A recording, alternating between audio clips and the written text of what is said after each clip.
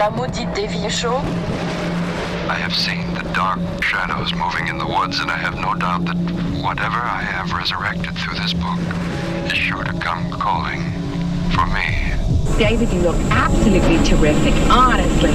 You've got like glue on. This is where the worst begins. This is where we must stop. For beyond is the work of madness. The nightmare of insane murder and lingering death. Get inside and lock your doors. Close your windows. Someone is watching you.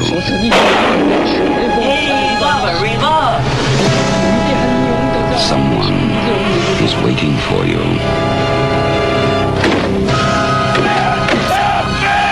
Someone wants to scare you to death. This is Albert from the Tuesday Show.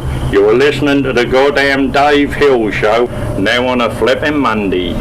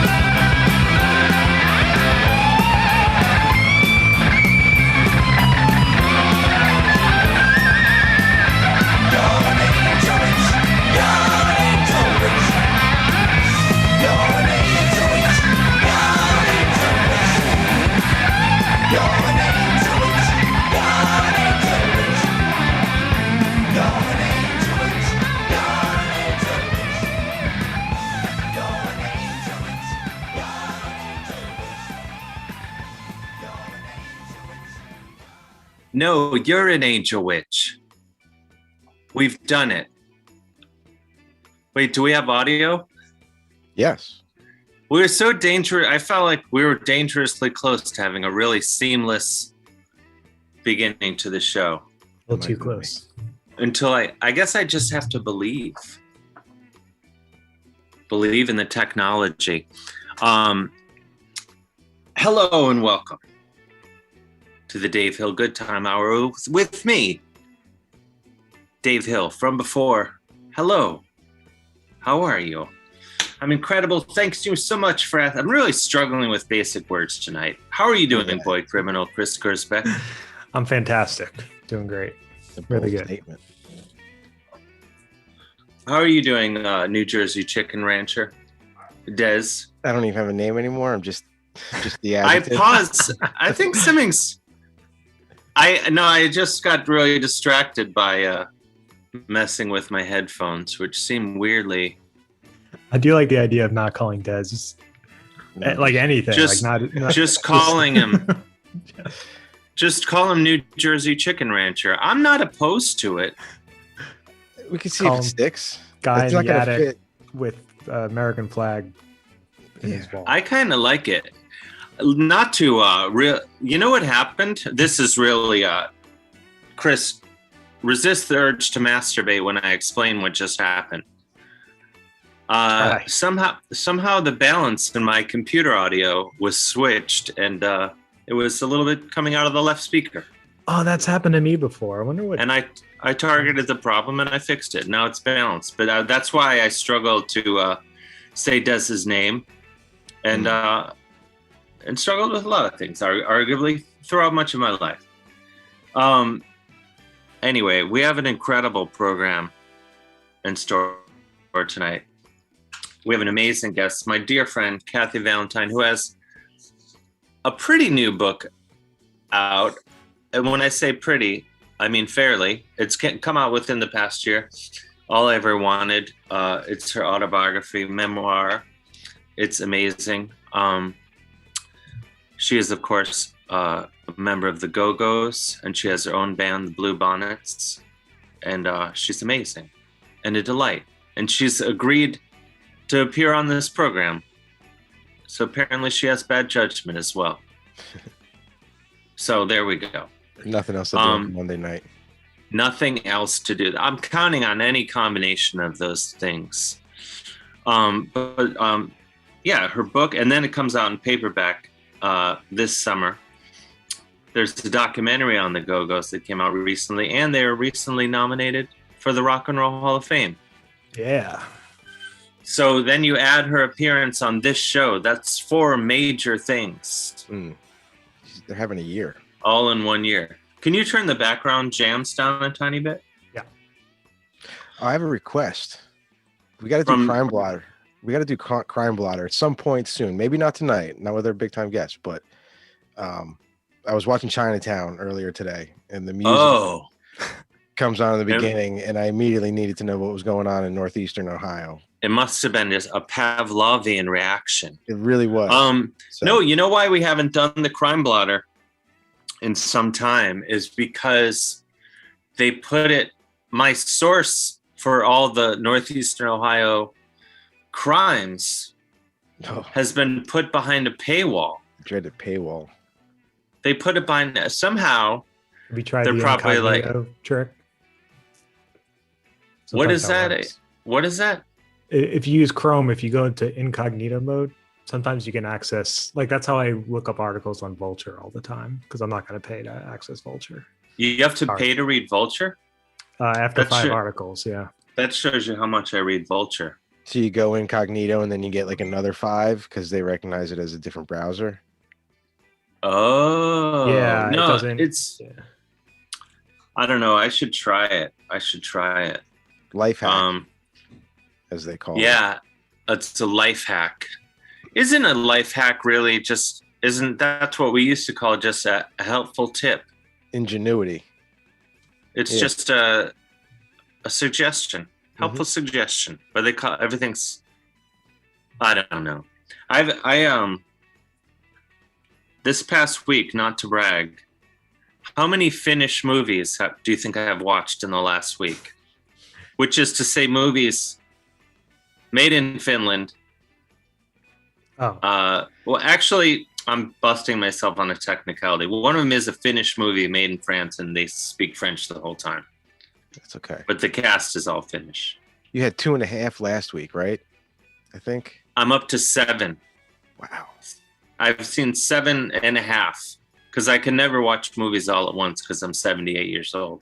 Mm-hmm. But, yeah, I am arguably the foremost authority on Finnish cinema on this show right now. That's for sure, yeah. Checks out. Maybe in North America, though I bet someone's got me. There's some Finnish cinema grad student. Who knows? Who's got you beat. I love it. I think Finland might be the country for me based on the movies that I've been watching. Is it something about the overall vibe, or the people specifically a certain kind of way? This is what I love. I've never been to Finland, mind you. Mm-hmm. I've been in many countries, but I've not been to Finland, and I want to go. But what I love about every movie I've watched is very low key, and no one talks very loud. Mm-hmm. And that's just the world that I would rather live. And then I've been watching American movies interspersed because, in the Oscar run-up, sure, I've been watching a lot of the movies. Also, because of the pandemic, because I'm not doing anything. I'm watching a lot. of Nomadland yet? I watched Nomadland. I was just talking about Nomadland. I keep hearing things about it. It's very good. Yeah. Nomadland, I really enjoyed. The thing about it is, I was talking with my friend Jody about it yesterday, and they have like actual nomads in the movie playing versions of themselves. Mm-hmm. And you can tell who they are because they just talk like normal people. And one might argue that that's what actors should do. When they're in, playing normal people in movies, that's how they should act. But in America, no one does that because all American actors have to be like, so I found it really enjoyable that everyone was just talking like normal. I like movies like that. I don't like when they'll have. Well, I haven't seen Nomadland yet, but I assume it's jarring when there is a real actor in a scene with them, right? It fits with the whole vibe of the movie, so it's not like it's a high action paced movie and then all these normal speaking people pop up. It's it's a quiet, a meditative movie. Actually, Kim knows my wife knows the woman who wrote the book. So she was out there living with these people for months and months and months at a time. So yeah, we saw it a while ago. It's good stuff. Yeah, I really like that. I watched The Sound of Metal. That was good. Which I enjoyed, but was not very metal, I have to say. The title was misleading. They roped me in by making me think it was a movie that had a lot to do with heavy metal, but it wasn't. I saw Promising Young Woman. What's that? Justice League? Did you watch the 4-hour Justice League cut? No. What is that? It's like a superhero movie? Yeah. The odds of me seeing that are, I would say there's much greater odds of me watching every Finnish movie ever made. And then moving on to Icelandic movies. Justice League is probably still longer. Yeah, it's long. It's like 4 hours long. I'd be completely lost. There's probably all sorts of characters coming in and out. I grew up with those characters, and I've seen all the movies, and I still had no idea what was going on. So. I enjoyed it more than the other recent superhero movies that I've been seeing. Yeah, I'll give it that. I saw Guardians of the Galaxy. It was a fun one. And I could not have been more confused. Every 2 seconds, there's some other guy walking in and being like, no, I'm the guy. And then you're like, well, who the fuck are you? I thought I was paying attention to this guy. And then some other guy shows up and he's like, no, I'm the bad guy. I'm the one you want to watch out for. By the way, I just busted myself retroactively.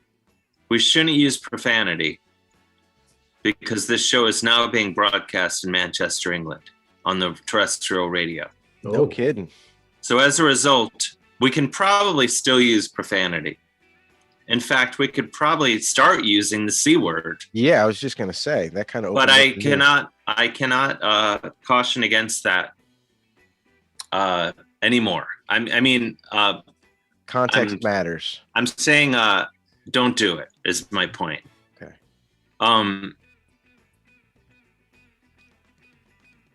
You want to take a couple calls? Yeah. Don't. Oh, we have calls. We also have the super chat is rocking. I mean, it's not being used by anybody, but it is available to use if anyone wants. I'm going to pay better attention. The super chat is your way of making your comment jump out, and then we read it on the show. But the bigger thing is you support the show in the process, and for example, make it so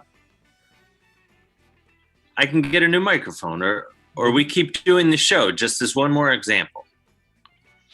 So please make use of the super chat. Let's take some calls. I have a feeling I know who the first call will be. Usually is. The number is 201-584-7071. So if you ever wanted to call in and make use of an annoying delay, you've just hit a street called easy, because we can do it.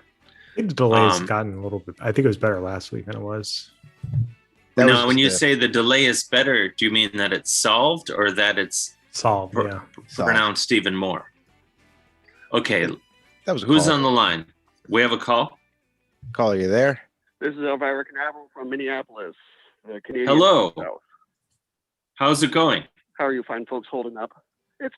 We're surviving well here. I want to say I've been really enjoying some Painted Doll music this week. Oh, thank you. I've been also, it was just a nice little charm. And then because it was right next to it, in suggestions, I listened to the band Painted Shield, which is local Mason Jennings and Steve, guitarist from Pearl Jam. And I have to say the two made a great pairing. What are the chances? I've not heard of that. Who's Mason Jennings? Mason Jennings, he's known here in Minneapolis. He moved here like 20 years ago. I know him through just through his local stuff. Plus, he's worked with some really good friends, and I've worked a couple shows with him. Genuinely good guy. I had an album of his a while ago. One of his, I was introduced to him in 2001 when I was touring with the Guthrie, and there was the opening lyric from a song, and then I was a fan, and that lyric was, "This is a bullet from a gun called What the Fuck." And I was like, get rid of this call. What did I just say? Hang up on this call. This is what I literally just. I could ban him if he does that next time. I just covered this. Man. I literally just covered this. No profanity. Boom. Is there another call on the line? There is. Let's see. Call you Elvira, there? I just said no profanity. Hello. Hello. Oh, is it me? What? Is it me now? It's you. Yay. Who's calling? Hi. No profanity. I swear to God, I won't cuss. Who's calling? Valerie. Oh, Valerie, where are you calling from? It's me from Maryland, and I used to curse really bad, but I've really toned it down. Well, you just saw how I flew off the handle when Elvira used profanity. Literally about 15 seconds after I said, new rule, no profanity. And he went out of his way. Well, I've kind of tried to correct my ways on that because, I remember how you dislike it so much. Oh, I mean, you saw everyone heard how upset I got. Oh, I know. I remember, but you did curse a lot in the last show. We were talking about heavy metal. Oh, that was a different time. We were just kids then. We weren't the number one show in Manchester, England then, like we are now. Oh, yeah, you were in church. Yeah, now we're the foremost radio program in Manchester, England, and I can't allow profanity. I know. I'm so excited. It's huge. This is a breakthrough for us to be here. That's why I'm calling. The Go-Go's is coming on, and I'm going to call back when she's there too, because I'm so much a fangirl for her. Oh, she's amazing. You got to call like back. 40 years in the making for me to call in and speak to her. Oh, this is excellent. Then you're in for a treat. Oh man. What else is going on in Maryland? What's going on with you? Well, let's see. I've got a 16-year-old that kind of laid it down on me yesterday that she wants to smoke weed. It's I listen. I'm not going to jump to conclusions, but I don't think she's asking. I think she's telling. No. Trust me. We have like a really close bond, and she wants me to like get the medicinal marijuana card because she wants to get the good stuff. So that's reasonable. And I'm like, cool, okay. So I'm gonna go get the card, and I appreciate that she's honest with me about it. So I'm like, okay, cool, because we have a really like good relationship. So I'm thinking, is 16 too young for her to just start smoking? It might be. Some people can. I don't know. You think? I mean, she takes prescription medication for anxiety. So what's worse, the medicine she's taking or just having like an edible? You know? Is it legal in Maryland? It's about to be, pretty much. I mean, you can get a card because in California, I mean, I had a card. And in Maryland, in any minute here, it's going to be legal. Oh, I think just let it ride. How old is she? 16? 16, yeah. Oh, forget it. You can't stop her. You can't stop her. I'm thinking. She's really in a crazy phase right now. She's in the juggalo phase, like ICP Army. I mean, that's your bigger bigger issue. Is the ICP. No, I take it back. I'm actually. I don't know why she's in that. I'm very pro insane clown posse. What did I do wrong for her to be into ICP? No. I used to talk smack about ICP, insane clown posse, which is to say, but I like the cut of their jib. I think they seem like good guys, and they're on the right side of history. That's what it comes down to. So good for them. I don't have to listen to music, but I support them. Very quickly. At least it's not fish. That would be that's then that's double whammy. Then you're pulling the emergency brake on this toot sweet. Right. Yeah. I think you just got to get out of the way. She's a really bad mom by saying, let's go get you some edibles, and okay, here you go, 16-year-old. I mean, it sounds like she's going to do it anyway, so you might as well. Yeah. I mean, that's just kind of like what I'm trying to make sure I'm being the proper. Who else are you? Mom say do it.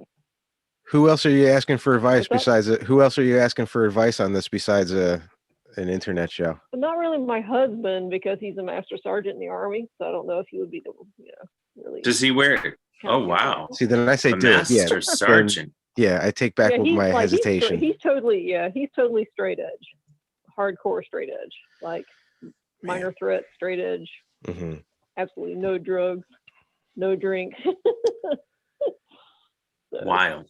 Too serious. This has got this has the makings of a sitcom. I'm really excited to see how this shakes out. I know. So like I've always been like I never even heard of straight edge until I met my husband. So this is pretty interesting, like dynamic here in our family.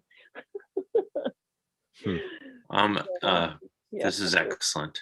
Well, I really like your daughter. She sounds like a good kid. And I think she's going to be okay. I'm not worried about her. So there. Yep. She'll be all right. Yeah, she's going to be fine. Thanks, Dave. Thanks, everybody. All right. Thanks for calling.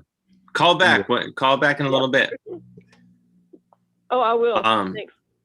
We have some scorching hot super chats to read. Jilly Fitz writes, please join me in wishing Amy Dahl a happy birthday in advance. Amy, happy It's birthday. true. Happy birthday, Amy. I believe her birthday is in 2 or 3 days. I do know exactly when it is, but I'm being coy and acting like I don't know exactly when it is. So everyone, happy birthday to Amy Dahl. Her birthday will have.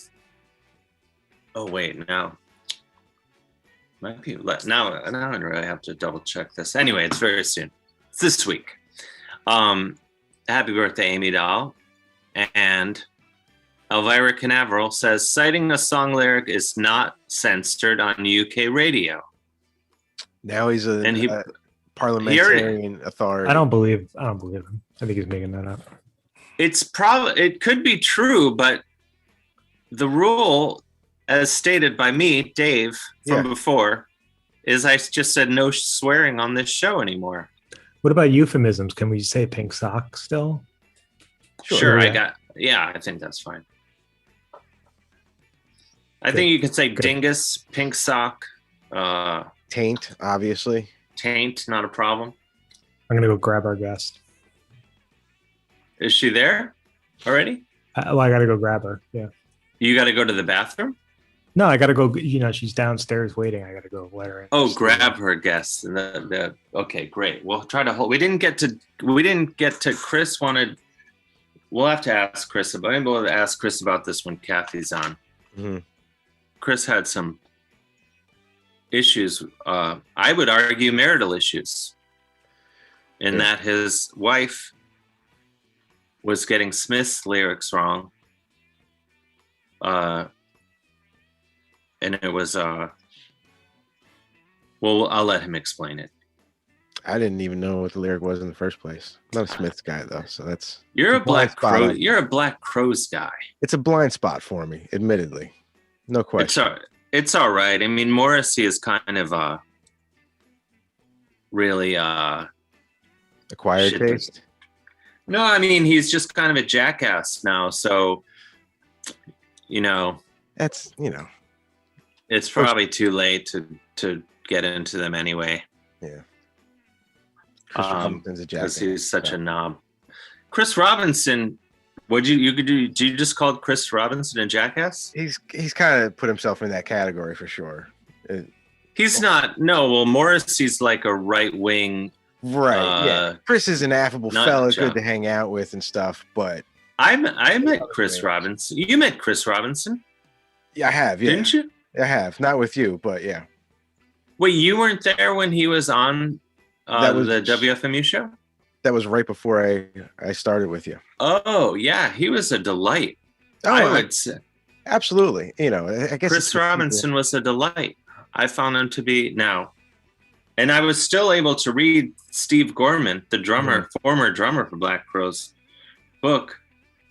And I said, hey, I'm Switzerland and all this. Sure. Obviously, I'm closer with Chris Robinson because I met him. You got so much time in with him. Taking sides. And my friend Tim is now the bass player for Black Crowes. That's right. So, no, I can't think of anyone who is more entrenched in the Black Crowes business than I am at this point. In terms of people on this Zoom call. Right. It might very well be. I don't know anybody in the band. But where did you meet Chris Robinson? Outside a couple shows. They did a signing at Tower Records, just here and there. You go to enough shows, stalk around enough vans, Then they started doing the charge and meet and greet thing though a little bit ago. The VIP meet and greet? Yeah. More power to them. They found Mark my words. As a performer, I will never charge anyone to meet me. That is largely because the demand isn't there. Let's be honest. The reason is because can't put a number on. There is no demand. Nothing. There's Bill Dolan says that you met Ace Frehley with him. because of Bill. Yeah, Bill came through big So time. there. Yeah, I read that out loud, even though he did not use the super chat. No, but would love some more super chat. It's topical. Yeah, some super chatting. Yeah. Just super chatting like the wind. I love super chat because it kind of sounds like the first band of 4 on a hardcore bill in 1986.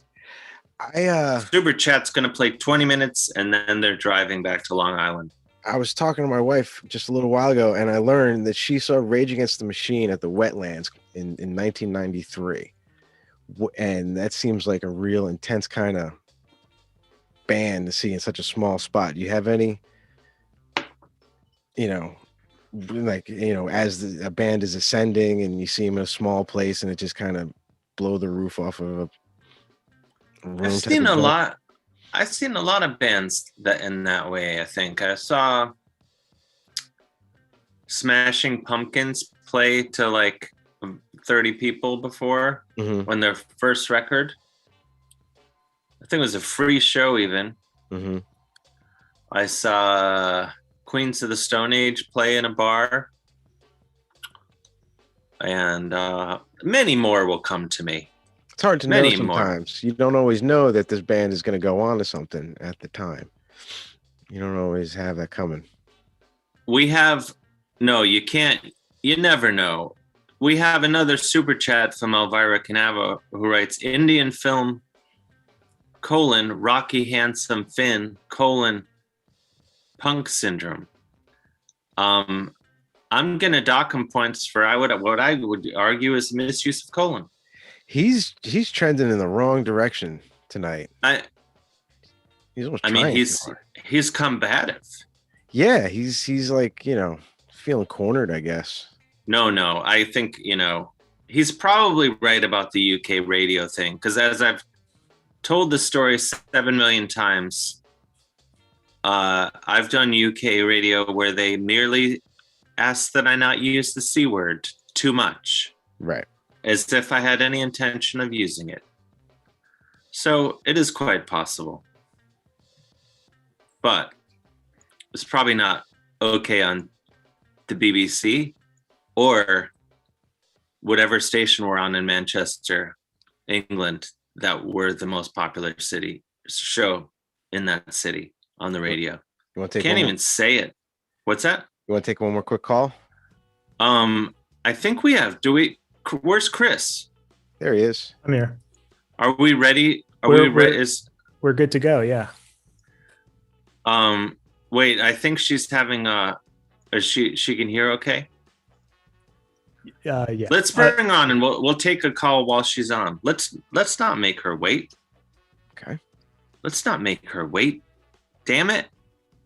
So you're going to introduce her? Oh, yeah. That would be the professional thing. I told her to wait for an introduction, so I don't want to wait for a slick introduction by me, Dave, from before. Ladies and gentlemen, as mentioned earlier on the program, our guest tonight is a dear friend of mine and one of my favorite human beings, but also one of my favorite musicians. She is the bass player for the Go-Go's. She's the guitar player for the Blue Bonnets. She's an author of one of the best books I've read in the last several years. And it is truly one of those books where you realize you're getting to the end of it, and then you start to get really anxious because you don't want it to end. And I'm not just saying that. It is All I Ever Wanted by our guest tonight, Kathy Valentine. That was a slick intro. Nailed it. Where is she? Where did Kathy go? How come I can't hear her? I think you're looking at the wrong. Yeah, window. I had my mic muted. Sorry, a lot of moving parts here. There you are.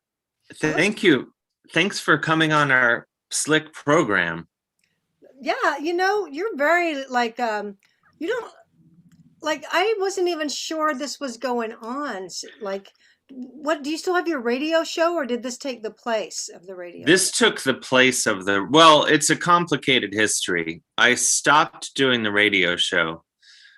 And then I stopped doing the radio show to finish my last book, and then ended up we started doing a podcast, and then this show we started during the pandemic because we thought the pandemic will only last 3 or 4 weeks, right? Right. So let's do something fun live on the internet for just the next couple of weeks until coronavirus goes away and is just a distant memory. And now here we are a year later, and we've combined the podcast and everything into one high-powered show that is this show. I don't think there's any going back. I mean, going back, you don't think the pandemic is going to end? No, like now that you've got it all in one place, like why shake it up if it's working, you know? Yeah. It's all in one. I mean, working is a very relative term. I mean, we're number one in our time slot, but of the time slot of my mind. But thank you, Kathy, for coming on the program. It's so great to see you. It's good to see you too. Hey, look. And you're leader of the Austin chapter of my street gang, the Dangerous Snakes Who Hate Bullshit. Thank you for wearing that. I had the hardest time. I literally switched back and forth between my Dangerous Snake shirt and my Witch Taint shirt. So then I thought if we had a lull on the program, I could change shirts. You could do an outfit change. Yeah. Well, I'm really torn because I hate to even think that we could possibly have a lull. But then with the promise of an outfit change, now I'm kind of hoping for a lull. I know. Well, how will we know it's a lull? We'll know. I think we'll just feel it. We'll acknowledge it. No, you have to be comfortable with the. I'm. That's kind of my brand is the lull. Yeah, I'm comfortable with it. I can sit. I like a nice. Yeah, comfortable with the silence. I can sit there and not talk. We could do that. We could just. We could just not talk. Just let the sound. Let the microphones breathe. There's already some super chat questions coming in for Kathy. Oh, this is Kathy. We have this new feature. What is it? It's called Super Chat, where people can pay.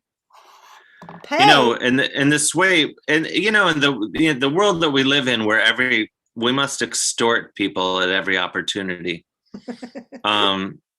The show is no different. People can pay to have their comment rise to the top, like wow, that's crazy. Cream. Matt Arnold gets right into, before we can even get into light chit chat, he's going for the jugular and saying, Kathy, what's your favorite pedal? Well, I'm straight to gear talk. Yeah, cool. I'm really old school. All I use is a vintage tube screamer, and I have one that's the real deal, like the real old one that I've had for years and years.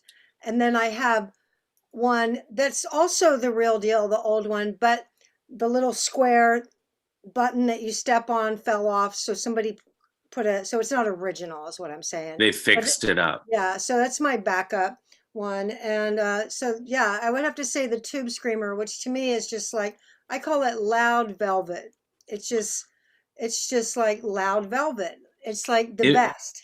It really is. I have to say, and I feel really naive having not been a big tube screamer person until the last couple of years. And then it is exactly as you say. I play better with those on.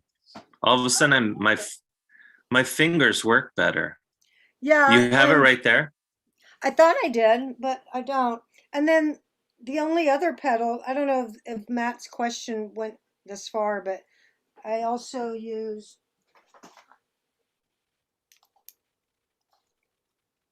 that's it. Oh, nice. A crybaby wah pedal. This is you probably don't realize it, but to get into pedal talk this early in the show is really, that's the sweet spot. That's that's like leaping to the top of the mountain in terms of topics for this show. I get it, but it's, I like it because being a woman who is often, like people don't talk to me about that stuff, a lot. So I'm always I did a really cool podcast that was just all gear talk, and it was with another woman. It was really cool, but that's kind of the extent of it because I that's the only pedals. I don't know how much you were going to get out of pedal talk with me. Well, there is. I think I went to a pedal builder with you in Austin, Texas. The guy, Alan Durham. Oh yeah, with Durham pedals, yeah, which is like a hot boutique pedal company, and that was the first I'd heard of it. And then now, since that day we went to his shop, I see it everywhere. They have really cool names, like his pedals. I love pedal names. We should have a talk. We should have a whole talk about that. Like, do you ever buy a pedal just because of the? Oh, totally. I mean, they're not within reach, but I'm surrounded by pedals right now. None of them are within reach, but oh, totally. Do you have like a big pedal board when you play? Are you one of those big pedal board people? I put a big pedal board together at home, and I'm like, this is the one. This is going to be really cool. And now I'm going to rock everyone with all my pedals. And then when it's time to leave the house for the show, I'm just like, oh, screw it. And I just grab like 2 pedals off the board and I go play the show. Yeah. I grab the tuner and like 1 or 2 other ones. It's just too hard to dance around when you have when you got to chat and point at people and rip some solos. You can't be stepping on pedals all night. No. My pedal board, I for years didn't have one, and then I did because I also have a tuner that I use. And but because I'm a left-handed person, that means I'm also a left-footed person. Even though I play guitar right-handed, I have to wah left-footed. So my pedal board really is stupid. It has just like my tuner and my tube screamer on the right, and then a cable that goes around the mic stand so I can wah with my left foot. So it's kind of dumb. Oh. It originally had more pedals on the right. It had a delay, but I never use it. So now it's kind of silly. So now I do the same thing. I just bring them separately because it's just silly to have two pedals on a board that with a wire connecting them to the wah on the other side. Yeah, I would probably fall over if I tried to wah with my left foot. I don't think I could just wah being with honest. my right foot. I think it would just like stay down. It would just be like this horrible tone. Could be problematic. I would never be able to get it back up. This is intense pedal talk. Would you agree, Chris and Des? The numbers are holding though. This is what they want. No, I like it. I like the harder we can go. We have some more super chats. For example, for instance, Matt Arnold says, "Thank you." That's a true gentleman who will actually pay to just say thank you. We can all learn a lot from Matt Arnold. Elvira, I kind of want to dig out my pedals now because I do have other ones, but I'm not going to dig them out. Really? Dig them out. I think they're close by because this is I'm in my studio. This is like my big studio. This is you have all the guitars back there. Elvira Canaveral writes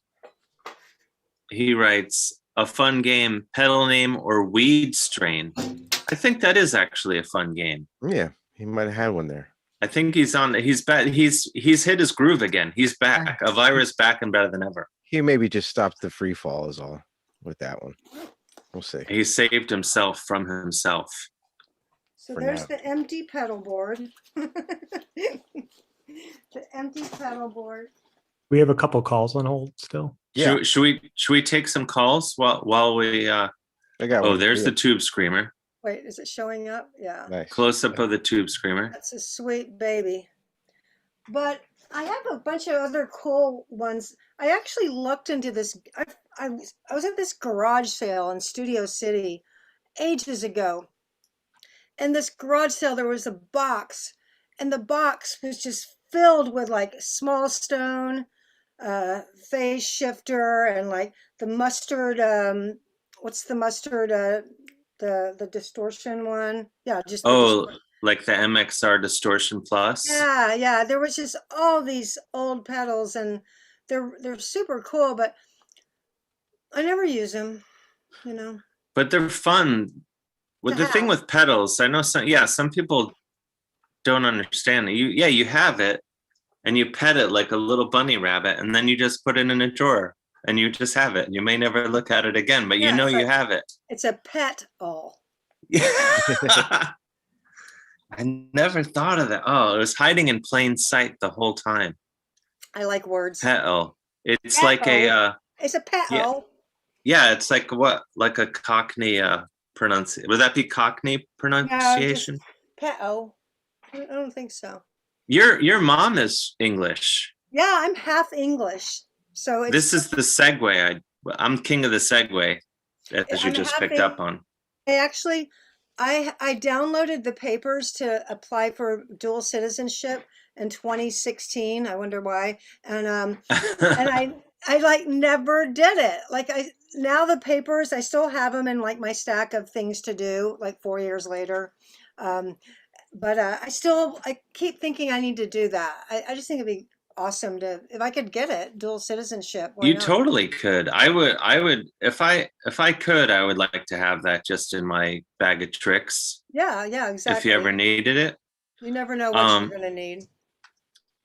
But well, you probably told me that your mom is from England before I knew, but you can read all about her in All I Ever Wanted. I know the book's been out a little while, and the paperback comes out in August. Yeah, I'm not supposed to announce it yet, though. Oh, geez. I'm sorry. That's okay. That's okay. I was in my comprehensive research. I was trying to get an exact date. No, it's not. Just not announce it. It's like I didn't know I wasn't supposed to talk about it, but yeah, it is. And and the book's been out a long time, but because I had the pandemic disadvantage, I think I get a free pass to talk about it for more. Oh yeah, no. We want you to talk about it. Yeah, and it's really just not even been a year yet. I think it came out like this time almost next year, like last year. And I'm really proud of it. And thank you for saying such nice things about it, because I'm really proud of it. And I do think it's a good book.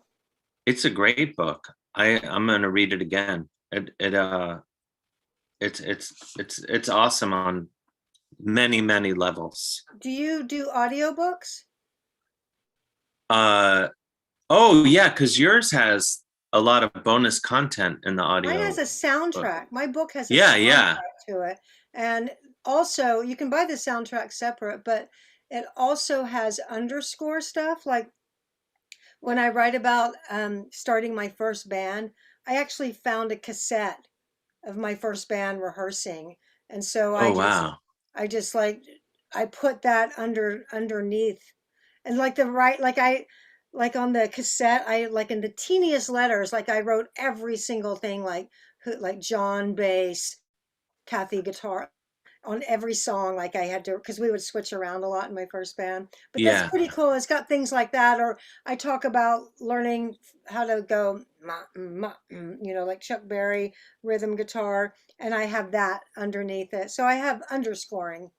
That's okay. So everyone, get the audio book. Yeah, I don't listen to audio and the books hardcover. myself. Yeah, I don't do them, but if you like, if that's your jam, it's a really good one. Yeah. Oh, I just saw a kitty cat walk by. Is it orange or gray? I think it was orange. Gingeran. It won't translate to the podcast version of this show, but we've said it's orange, so it's theater of the mind now. It's an orange cat. We know this. So does the podcast come out at this is live, right? This is live, but the podcast comes out on Friday. Cool.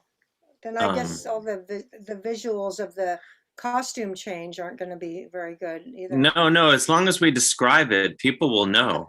Like when you say Tube Screamer, original Tube Screamer, then everyone can picture an original tube. Anyone you'd possibly want to know can picture a Tube Screamer. Yeah. I think. I mean, It's the best. But that's one thing the listener or viewer might, because we're talking about guitar, and another thing in this book, you were always a guitar player before you joined the Go-Go's, primarily a guitar player. Yeah, and still that's my main instrument.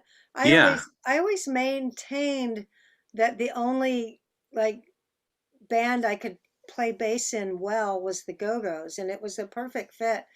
And it wasn't actually until the soundtrack, like on my first solo record that I did in 2005, I didn't play bass at all.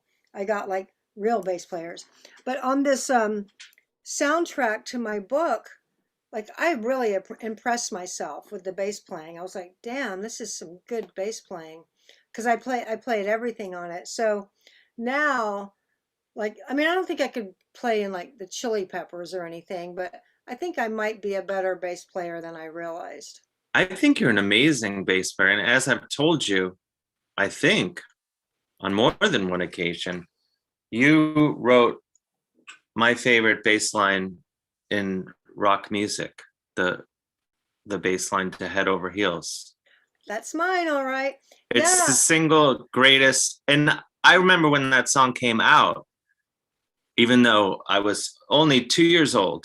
No, I remember when it came out, and my buddy Tim and I were like, that's the greatest bass line of all time. Wow.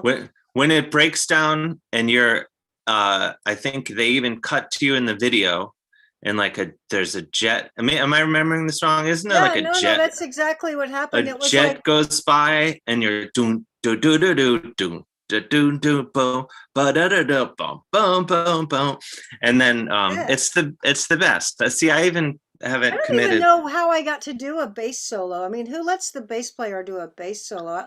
Like, I don't even remember whose idea that was. But I'm glad it happened. And then live, sometimes I like get a little funky on it, and it seems like it always annoys the band. So I try to do it straight, but every now and then I'll be do do do do do.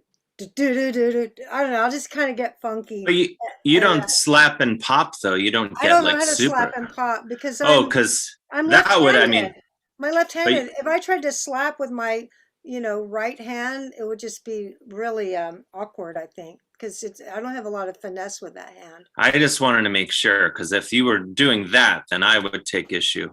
But as long, I think a little improvising, people are paying, the live show, they should get a little extra sauce. That's what I think. I'm all for it. If you can do it.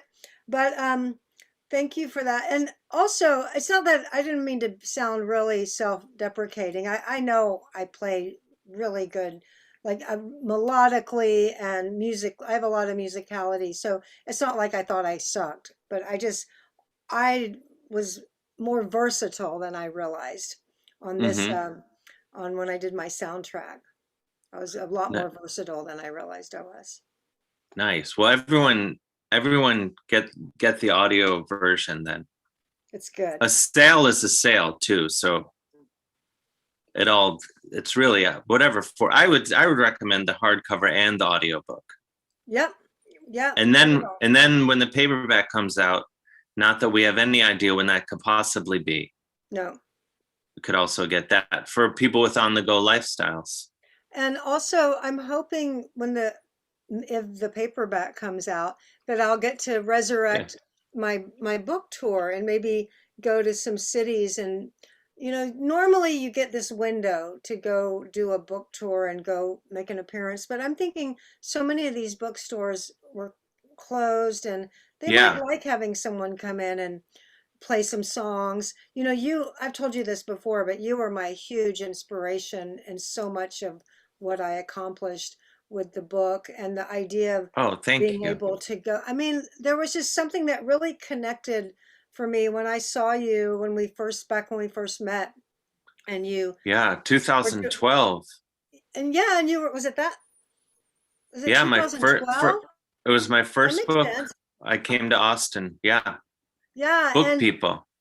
That's right, and you did your thing with the book, and then you just picked up a guitar and played, and it was just so like, this is cool, because I don't want to really be a solo artist, but if it was adjacent to something else that I do, it just kind of opened up possibilities to me. And that's how things happen sometimes. You just see somebody doing something and you kind of go, oh, what could, I don't know. It really made a big difference in my life. So.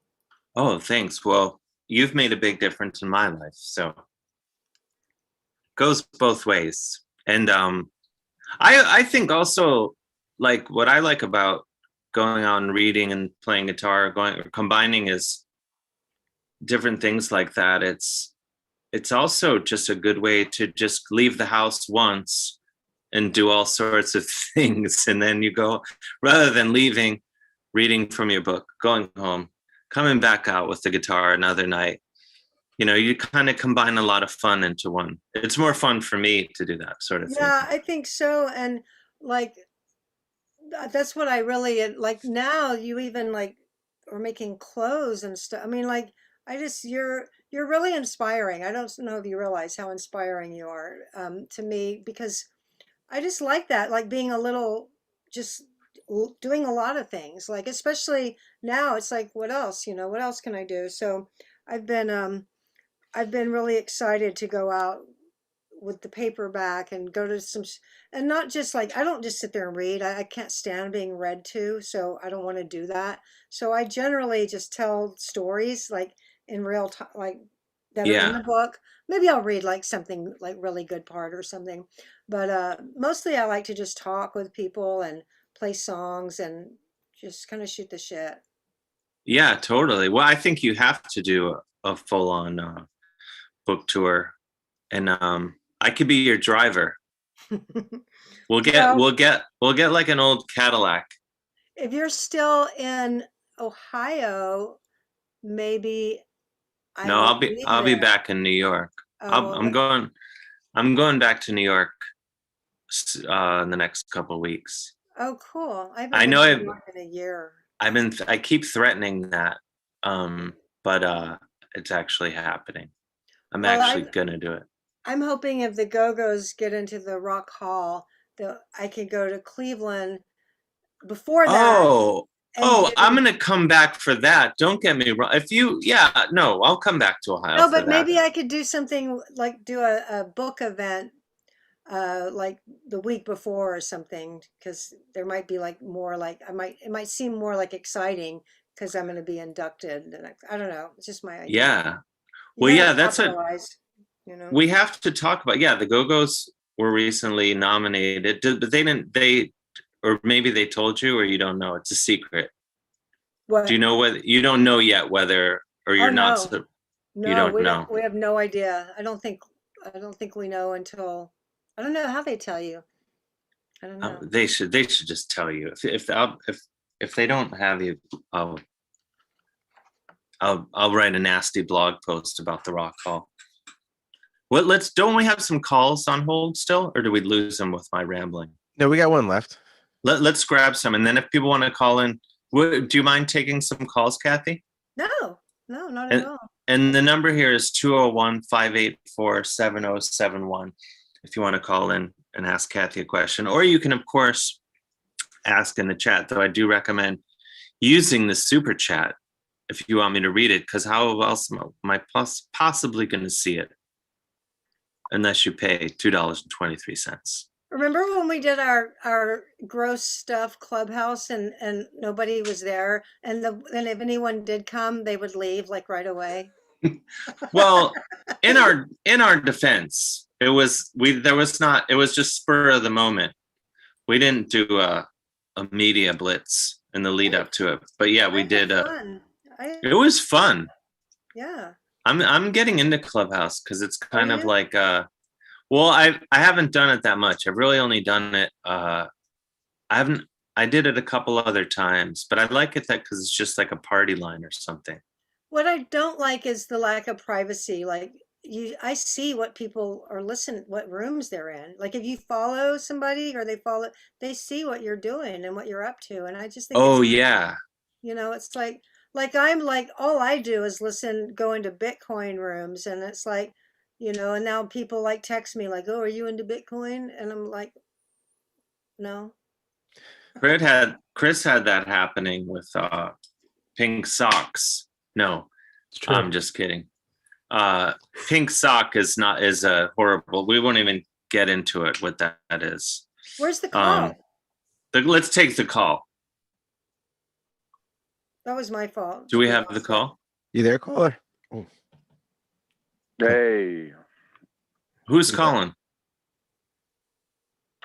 Hey, Dave. It's Bill. Oh, Bill Dolan from Parts Unknown. Yes, indeed. So I was just following up, and believe it or not, Des, I was at that Rage Against the Machine show at Wetlands. Oh, nice. But my story is I went to a friend's band was one of the warm-up acts. So we went to see them and then left, never even seeing the Rage Against the Machine or knowing anything about them. Who was that actually? Not that. What was the name of the band? Because we were trying to find that out. It was this friend of mine, Todd Youth. He had a band called, I believe it was called Shining Time Station or something. But we went to see them, and then we went to 7B or some bar, and then months later we found out that band we didn't even stay for was massive. Yeah. So not that I overly regret that, but I wanted to ask Kathy and whoever else wants to chime in. Growing up, were there any bands that you had tickets to see or you wanted to see and then you didn't go and then you regret to this day? I have one, my brother was like, "Hey, you want to go see Stevie Ray Vaughan?" And I said, "I'll see him next time," and then he died the next week. So there you go. You have any of those growing up that you say, "Oh, I wish I went"? I have Blind Melon. Kat, what were you gonna say, Kathy? Well, I was just gonna rip off that I got to see Stevie dozens and dozens of times because I'm. Oh yeah, Austin. Yeah, and I'd see him at the club. I saw him in his band. He had a band called Phoenix. When he was first starting out, I saw him in Paul Ray and the Cobras. I saw him in Triple Threat, Double Trouble. But the same thing happened to me. When he got bigger and was on tour, one of the last tours, I was like, "Oh, I've seen Stevie a lot. I'll go next time." So I feel your pain for that because there wasn't going to ever be a next time. But to answer the question, God, no, I can't think of. I don't remember. I don't remember if that's ever happened to me. Well, Stevie Ray Vaughan, I saw him a bunch of times. The first time I ever got drunk was at a Stevie Ray Vaughan concert on the what was the Soul to Soul tour. I went and I drank 2 beers and I was just like, "Oh my gosh, this is what all the fuss is about." I was supposed to see Joe Strummer at Roseland in 98 or 99. And I was in high school at the time. I got in trouble or something, so my mom wouldn't let me go. And then a year later, he died. I still haven't forgiven her. You should never forgive her, Chris. I never will. Wait, what did you say, Des? Blind Melon? I had Blind Melon tickets and decided not to go last minute, and then he was dead a month later. So that was that. God, no, I didn't mean to get overly morose here, but well, thanks a lot, Bill. Everyone's dying thanks to you. Yeah. Anyway, thanks, Kathy. You're great. Yeah, sorry I didn't have a good story. Okay. Is that it from Bill? That was it. I just cut him off by accident. Oh, you just cut him off. I thought he had one. I thought he had something else locked and loaded. Oh. Got another caller though. Let's take another. Do you want to take another call, Kathy, or have you had it with these callers? No, I'm game for anything. Whatever y'all want to do. Let's see. Caller, you there? Yes. Hi, Kathy. I'm really excited to talk to you. Hi. What's your name? This is Valerie. Hi, Valerie. And yeah. Hey, Valerie. This is like 40 years, like, you know, that I've like actually been able to like fangirl and call. So the Go-Go's played in my hometown of Myrtle Beach, South Carolina. And I wasn't allowed to go and see you guys because I was too young. And yeah, I've always been kind of bummed out about that. So that was actually the concert that I missed out on, was the Go-Go's in Myrtle Beach. What year was that? 1982. So that was like a vacation tour? Like, was it a big place or the clubs? I think it was at the Myrtle Beach. Did you guys play the convention center? That sounds right. Yeah. God, well, I don't know. I was like 7, I think. I was born in 74, so it was like 70, 82, I think. Like well, that. But yeah, I was really mad that my parents wouldn't let me go because my brother was old enough and he got to go and I wasn't allowed to go. Your brother went to see the Go-Go's? Yeah, he got to go, and I didn't think it was right that I wasn't allowed to go.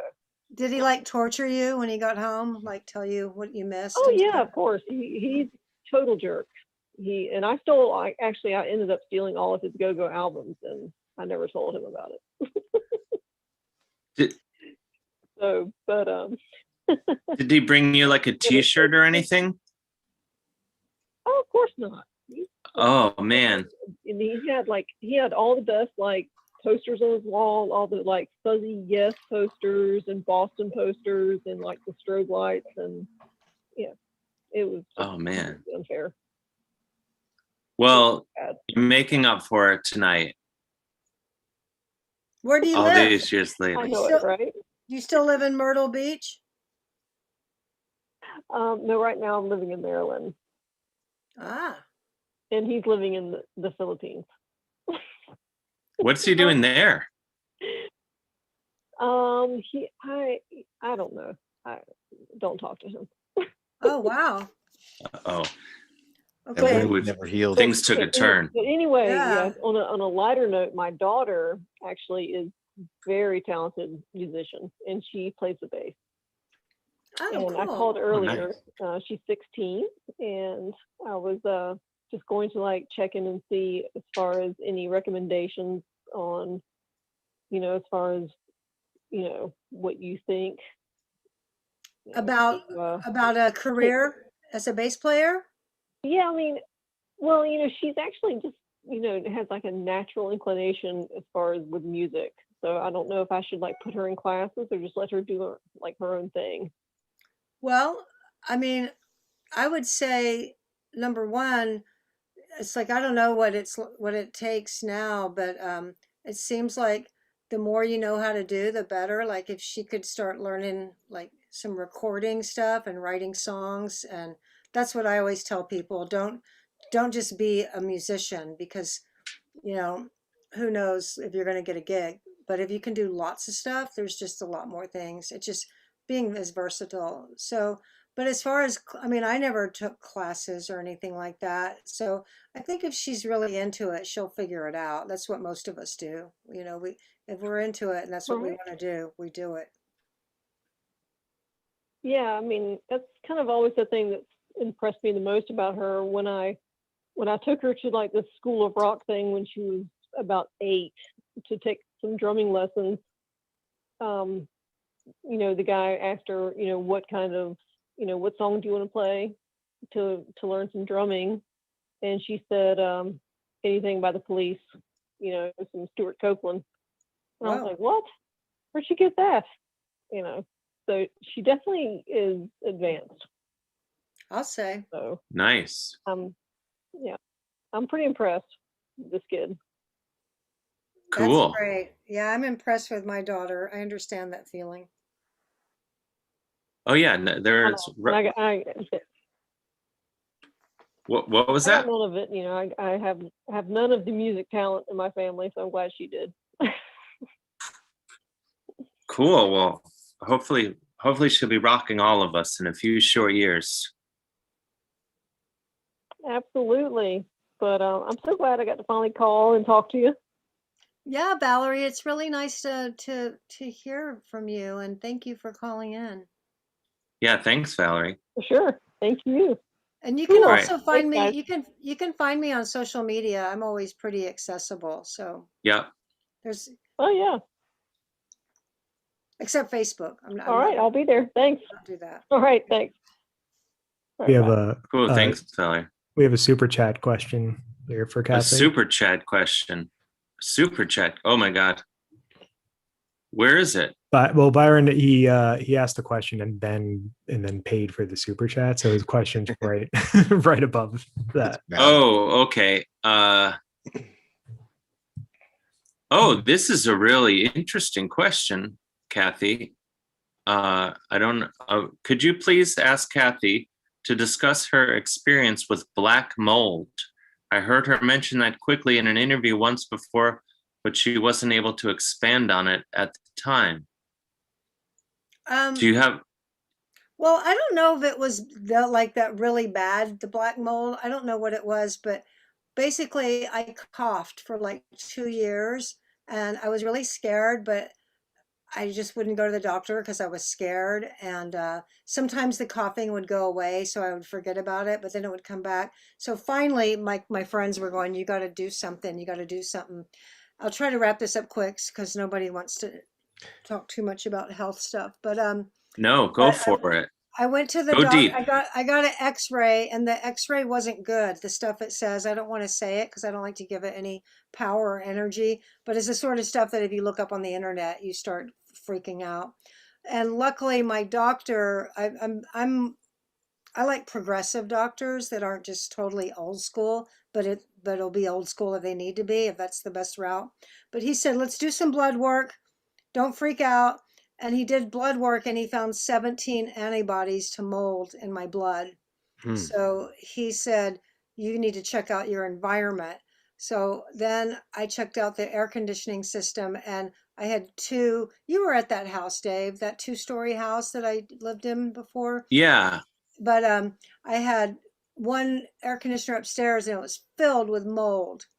So I got rid of it. I think I spent like $10,000 in like one day. I mean, I literally, and then, but the problem is it's kind of been an ongoing thing, ongoing recovery, because when your immune system is under attack for years like that, it gets really overreactive and you have to work really hard at building your immune system up. So anyway, I do a lot of stuff to kind of feel better. And I've just noticed I've been not having any like sugar or grains now for like almost a month, and I haven't had any lung problems. So that tells me like inflammation and so if you're having mold problems, I hope that you will consider like everything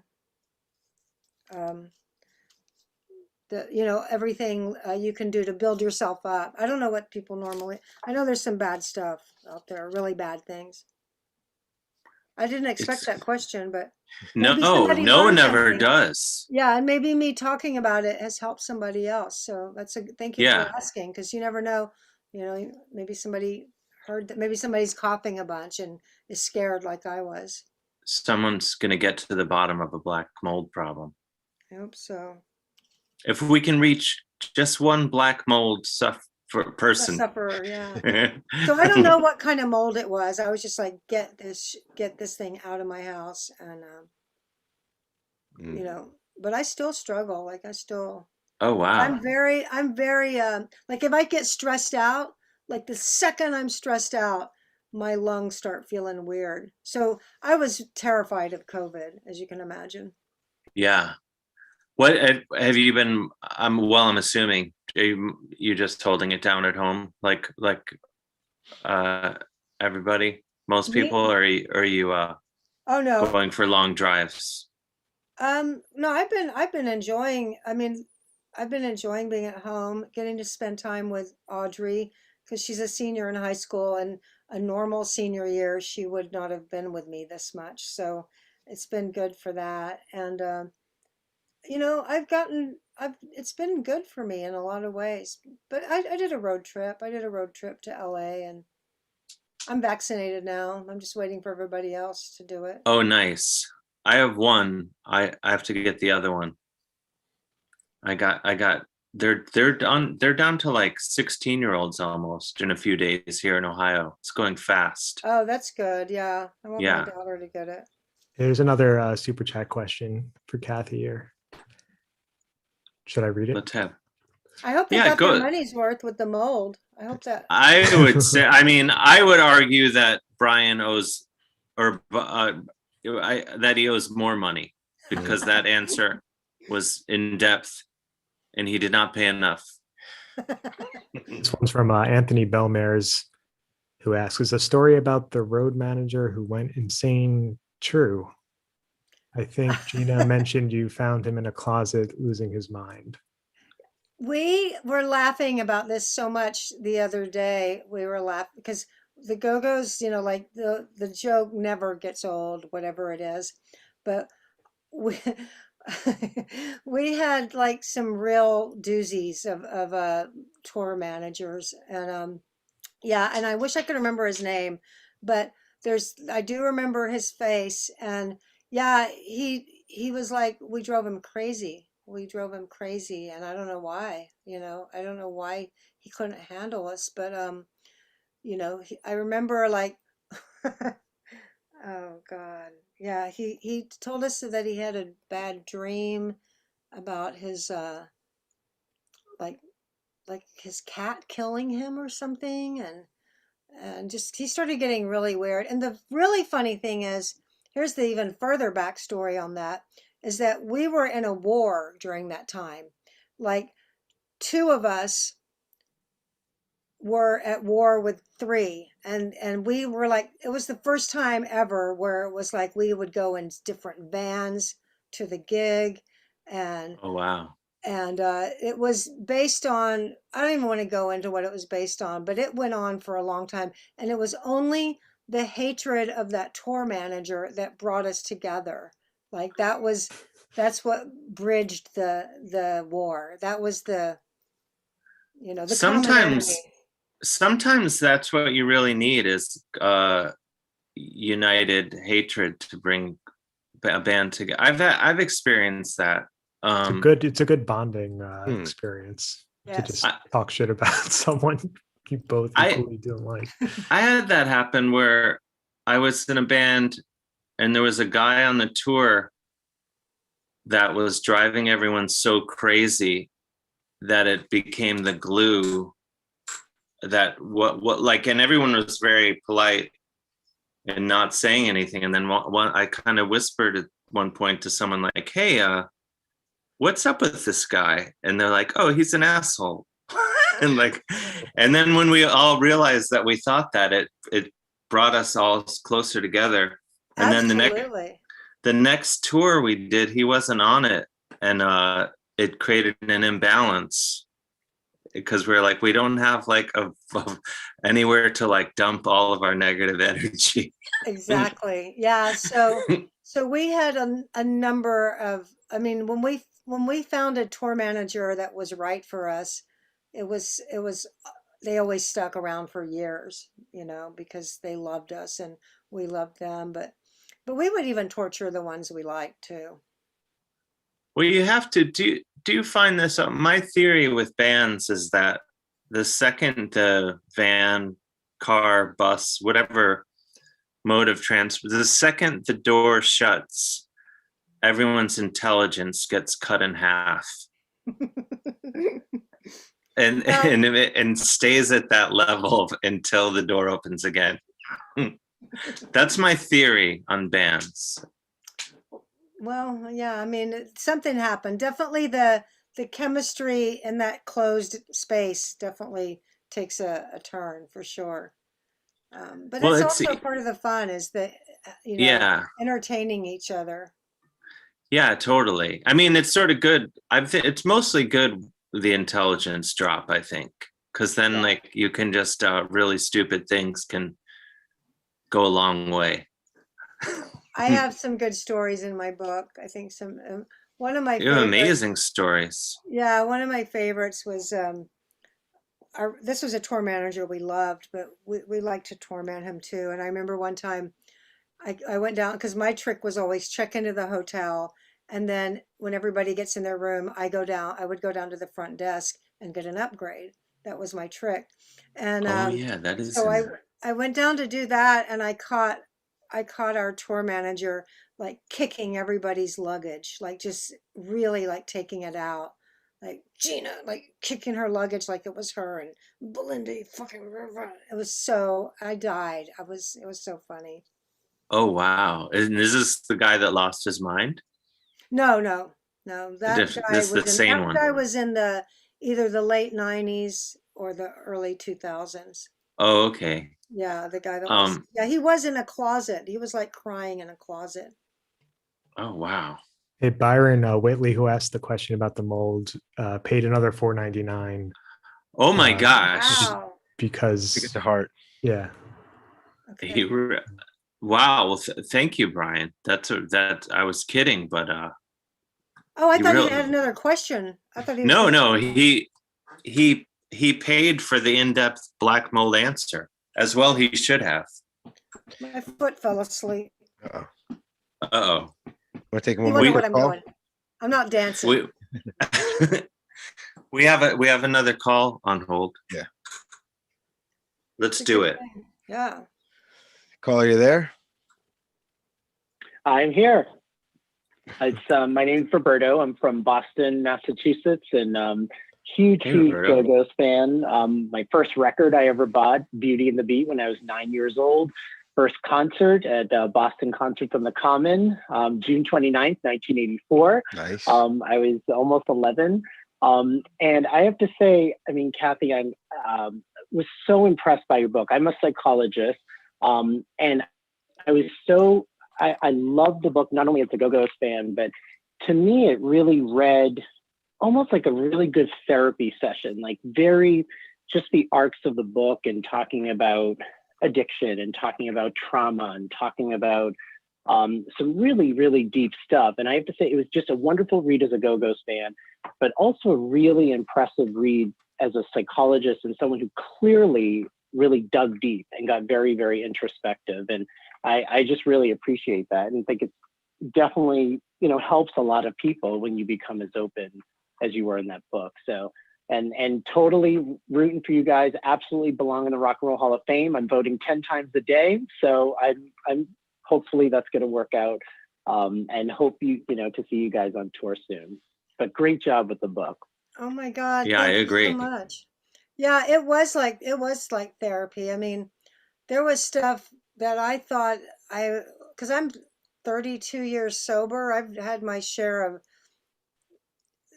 therapy and, you know, in the chair, and, you know, you have to be pretty honest with yourself to have that kind of sobriety. And so I'm pretty, I was able to do it. I could take it. Let's just put it like that. And, so yeah, I was pretty fearless about it. I just thought, and a lot of it's because I'm a strategist, you know, and I'm very practical. I weigh things, and I just thought, you know, I'm not like this big star, this giant, huge star where all I have to do is, you know, just like say anything and people are like, oh my God, she said that. So I thought it had to be real, and it had to be pretty like like human. Like I just didn't think I was a big enough star or a big enough person in the Go-Go's or a big enough celebrity to get away with anything other than just being human. And my favorite memoirs are when people are just very open about their humanity and their this and that. And I felt like that's what would show that I could write and pave the way, hopefully, to write more books. Yeah. Thank you so much. You better write another book. I am. Several. Thank you, Roberto. Is he still there? So much. Should be. Oh, Yes, thank you. Thank you. Great interview. Thank you so much for reading it and saying that stuff. It makes me feel good because I didn't think about when I'm writing it. All I was thinking is like, is it good? Am I writing well? Am I meeting my deadline? That's all I thought about, literally. And it wasn't until it was turned in and a publishing date, and then I still didn't really think of, and then it's coming out, and all of a sudden it was like, oh my God, that stuff is everyone's gonna know that. Literally didn't think about everybody knowing until like it was too late. Oh yeah, they've already printed it. Yeah, it's out there. Like I never thought about it. All the rest of the time I was just like, is it good writing? Is it memoir? Because a lot of times I would read like pages and I'd go, this is good for an essay. It's not memoir. Memoir is like digging. And my motto was blood on the page without being a gaping open wound. That was it. That was the parameters. Oh, I like that. Strategy. That's good. That's a sweet spot. Great. Great. Exactly. Well, it's a great book. Everyone, I know I've said it before. I'm holding up the book, even though most people will hear this in podcast form. But everyone get All I Ever Wanted, Kathy's book. Thank you, Roberto. And I love Boston. Yeah. Whose kitty is that? Wait, there's another kitty? Oh, Chris's kitty. That's Zach. He's gigantic. Zach is giant. He looks great on that chair. Isn't it funny how they know how to put themselves? It's as soon as I turn this camera on, he just goes there. He can feel it. He knows. That's the makings of a star. I usually my room is usually filled with my dog and stuff. I'm getting a little concerned that he's not in here. Tux! Is that Tux? Okay. He's We only have a couple minutes left. Oh, the time's flown by. Yeah, we should move this over to Clubhouse. No, I'm just kidding. Yeah. Well, we'll have to. You have to come back. Will you promise to come back? Yeah, I like doing this. In fact, I'm gonna come back even when I'm not a guest, and I'm gonna call in. Oh, that would be amazing. Yeah. Let's see. Do we have any? I don't know. What is that music, Chris? That's our outro music. Oh, it's over? Oh, we have a couple minutes left. The soft setup. Yeah, it's just background. Oh, is it like wrap it up music? It wasn't the intention. It was more just It's Chris is making this show slicker and slicker every week. I know. I'm pretty impressed with this operation. I've been doing the same outro music for at least 20 weeks. It's like the fast and didn't even get to the costume change. I know. Well, when you come back, we'll demand it. And Anthony Belmares says, I read your book and liked how you messed with Char by telling Helicopter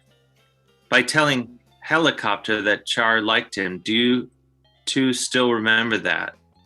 Yes, we still laugh about it. Everything that made us laugh then still makes us laugh. And for people that don't know what he's talking about, we had Belinda had a vocal coach that flew over, and we couldn't stand him, and we were annoyed because it cost money and we didn't think she needed him, but for some reason he convinced her that she did need him. But he was so annoying, and so I had fun. I told him that Charlotte liked him, and so he was always like, and we called him Helicopter because he was always hovering around, listening to our conversations and trying to insert himself into the conversations. So once he thought she liked him, he was like always at her side. And one day she said, why is Helicopter always around me? And I'm like, because it was very funny. But I'm glad I wrote it in a way that it got across. Yeah, I love that. I will read a couple of super chats before we go. Elvira Canaveral says, the 66 cult of the month is cult. You are cult of the month, where we belong, cultofthemonth.com. Thanks, Kathy, Chris, Des, and Dave. He keeps finding new ways to exploiting loopholes. Stuff. I know he's doing this shameless stuff, though he's paying for it. So, and Brian, I don't know what it means, but Brian Whitley, it pays an additional super chat.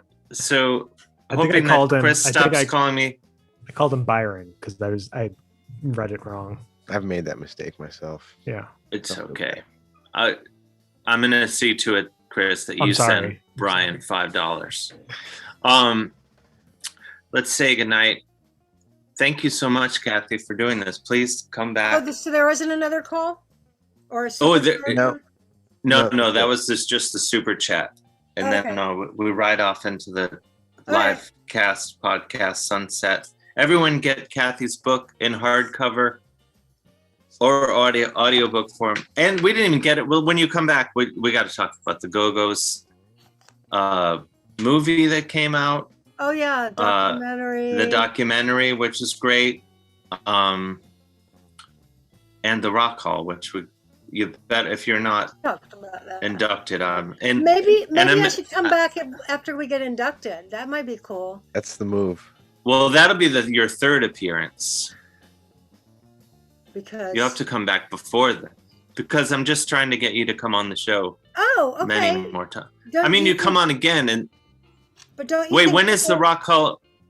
When are the Rock Hall inductions? When are the inductions? I don't know. I don't want to say in case some shouldn't. Let me see. The nominees will be announced in May. Okay. Well, either way, you got to come on the show a bunch more times. But I don't want to overcome on the show because you can come every week. Who else do you have on the show? The schedule's wide open. The calendar is wide open. When you asked me before, did you have a cancellation? I can't remember. I've been wanting to have you on. No. We actually bumped someone that gets to have you on. Oh wow. This is no. I've been wanting to have you before, but I was always afraid to ask because I didn't want to put you on the spot. Oh. Gosh, I'm very shy. Beyond that. We were beyond. No, I'm very. I'm a shy. I'm a Gemini. I have a shy side. And it comes out, especially when I want people to do this show. I'm very shy. Well, but you've agreed to come on it at least 2 more times that we're aware of. Yeah. I'll come anytime and I'll call too. But okay. Excellent. You don't hustle it enough. Thank you. I got to hustle it more. He's not on Twitter. I know. Chris said thank you. Well, I'm banned from Twitter. But still, I didn't even. But there's okay. Well, I'm gonna hustle it more. No, I gotta hustle more. You're right. You've been told. No, I need to hear it. I'm not good at that part. Yeah, I hate doing that myself. So I'll help. I'll hustle this part. All right. Maybe we should just make you the co-host. This is the move. Anyway, okay, we've gone over. We should go to this. Let's do something on Clubhouse again too. Okay, we will. Let's hatch a plan. Let's say goodnight. Thank you again, Kathy. Bye. Good night. Thank you, Chris. Thank you, Des. Thanks to everyone who tuned in live, and thanks to everyone listening in the futuristic podcast format. Oh, there's the Witch Chain shirt. And thank you, everyone in Manchester, England. Bye. Good night.